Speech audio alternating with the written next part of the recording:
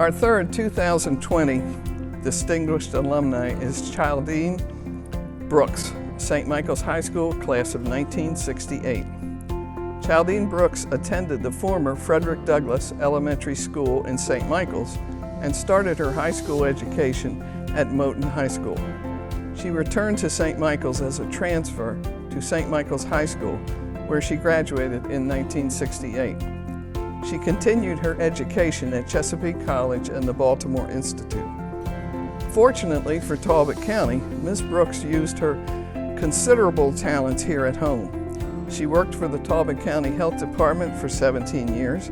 She then became program coordinator of Brooklet's Place, the Talbot County Senior Center. In 2014, she was appointed manager of the Senior Center and continues as such today. Her considerable professional efforts are matched, if not surpassed, by her vast history of volunteer work. In addition to her mission work as a lifelong member of the new St. John's United Methodist Church, she has served as a member of the board of several local service organizations.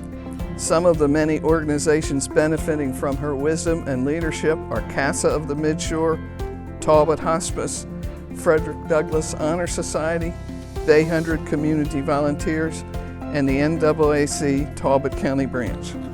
In addition to many other board positions, Ms. Brooks has been a member of Bright with Pride Temple 1375 of the Improved Benevolent and Protector Order of Elks of the World, Incorporated. For 48 years, she has served the Elks in various leadership roles. Ladies and gentlemen, Ms. Childlene Brooks. I'd like to thank the Education Foundation for considering me worthy of this award.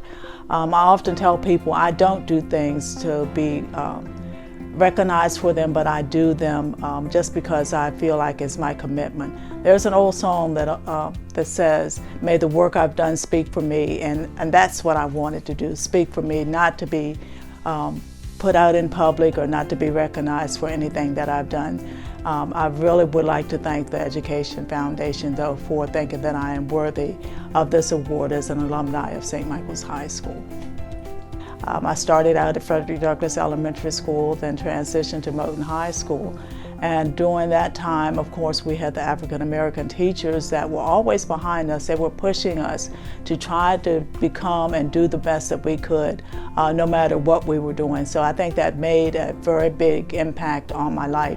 That, along with the fact that my mother would always say, if you're going to do something, do it right. And so it makes me really look at what I'm doing and trying to do the best that I can do in the community. We were blessed to have some very, very good teachers at both Frederick Douglass and at Moton. And when I transferred to St. Michael's, I can say that we had some good teachers. I can remember one in particular, Mr. Clean, who would always talk about becoming involved in the community and doing good in the community. So the education that I received at the schools was very good. Of course, it was hard when we had to transfer because we let all of our friends behind.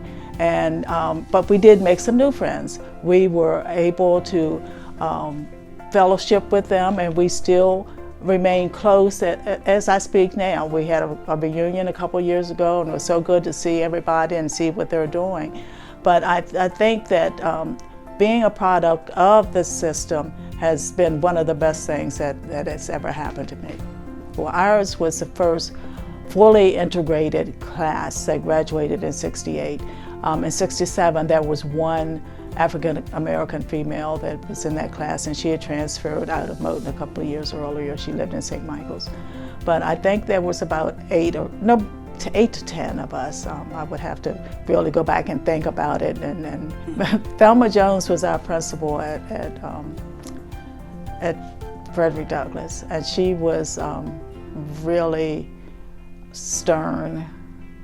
And you had to go by the books with her. They were all good teachers. They encouraged us. They encouraged us to learn. They encouraged us to do the best that we could and to make sure that we were, if we were out sick, they didn't mind making sure that we got our homework or if we missed class. I can remember there was a period of time when my father had died and my mother was really sick, and I was missing some school. And so they were really concerned, and they came to see what was going on and made sure that I got back into school to get the education that I needed. At Moton, there was Mr. Fauntleroy, who was the principal, Miss Francis, who was the vice principal, Mr. Shields, her and Miss Henson, and there were so many, Mr. Foster, you know, there were so many that helped. And Mr. Stanley Caldwell was our bus driver, and he made sure, I mean, you know, because we were attending the same church and he knew us and or whatever, if we were not out there at that bus stop, he would be calling, you know, having someone call, because of course they didn't have cell phones and all that. He was like, okay, where are you? Why are you not out here? You know, and when you got on that bus, you had to have a seat. You did not do a whole lot of talking. You didn't do any moving around. I mean, he would put you off the bus if you were not doing what you were supposed to do. Yeah. I mean, yeah, there are some really good memories. I'd like to thank everyone again for this opportunity. And I'd also like to congratulate the 2020 honorees, which I'm a part of the class, and the 2021 honorees as well. So thank you all so very much. Miss Brooks, please know that your work has indeed spoken loud and clear.